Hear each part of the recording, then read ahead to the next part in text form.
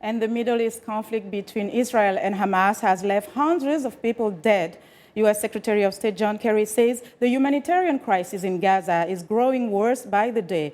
Mr. Kerry says officials working on a ceasefire between Israel and Hamas have made some steps forward toward ending the violence. As VOA's Scott Stearns reports, Kerry has called on Hamas to accept Egyptian proposals for a ceasefire.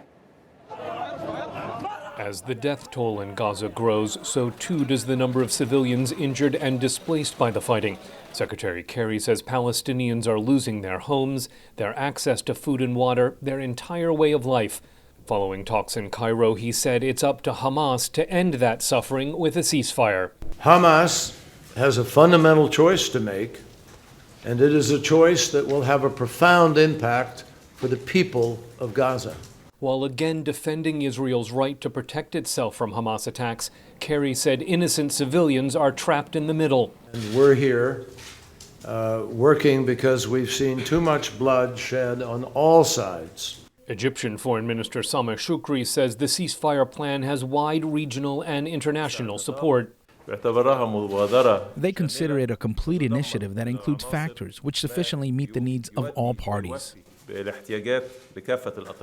That's a big part of getting back to the 2012 ceasefire, especially as this Egyptian government has far rockier relations with Hamas than the Muslim Brotherhood-backed administration of 2 years ago.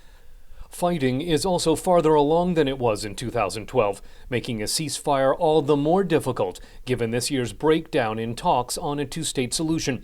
Former U.S. Ambassador Adam Arely. Clearly the political solution isn't happening, right? So that leaves the security solution, which is what we're seeing. A solution that Arely says requires more than a ceasefire. As long as there is a sizable, committed Palestinian population with unredressed grievances that go to the core of their sense of identity, and willing outside partners, as in Egypt used to be, Iran still is, Syria certainly is going to be, as long as that reality exists, and it does, you're going to have a security problem. Israel's going to have a security problem. Secretary Kerry and Foreign Minister Shoukry say they're both pushing for an agreement that addresses the underlying issues in Gaza. Hamas wants the lifting of an Israeli and Egyptian blockade. A senior State Department official says there may be a degree to which border crossings can be addressed in this ceasefire. Scott Stearns, VOA News, Cairo. Joining us now live via Skype from Tel Aviv, Israel, with more details on the situation in the Middle East is VOA's State Department correspondent Scott Stearns. Hello, Scott. Linord, how are you? Good. Give us the latest update on this situation as you are presently in Israel.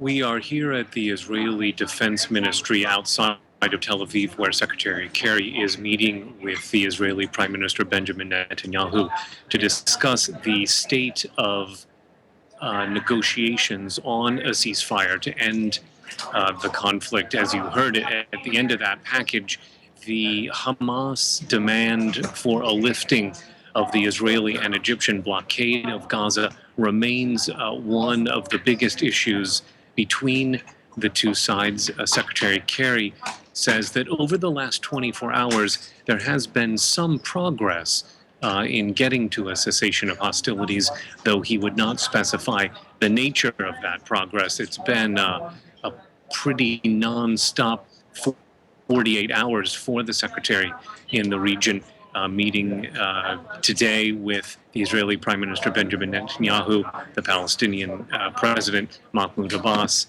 for the second time with UN Secretary General Ban Ki-moon, and a series of telephone conversations, diplomacy with foreign ministers from Turkey and Qatar, the United Arab Emirates, Egypt, and France. Now, Secretary Kerry is not able to directly speak to Hamas as he tries to solve this situation. How feasible is this mediation if we can only speak to one side? That is certainly a part of the problem. As you know, the United States considers Hamas a terrorist organization, so he cannot speak to Hamas, and it is difficult when you're trying to get a ceasefire together and you can only speak to one side. So he's dependent on interlocutors to discuss the situation with Hamas and to try to bring them around. Some of those mediators include the Palestinian Authority, the Fatah faction of the Palestinian Authority, and the Hamas backers, Turkey and Qatar. Getting back to a 2012 ceasefire is significantly more difficult because the chief interlocutor last time was Mohamed Morsi, then Egyptian president, and the Muslim Brotherhood, which had quite close ties with Hamas. Okay, Scott, that's all the time we have. Thank you so much for keeping us up to date. And that was Scott Stearns, VOA State Department correspondent, reporting live via Skype from Israel.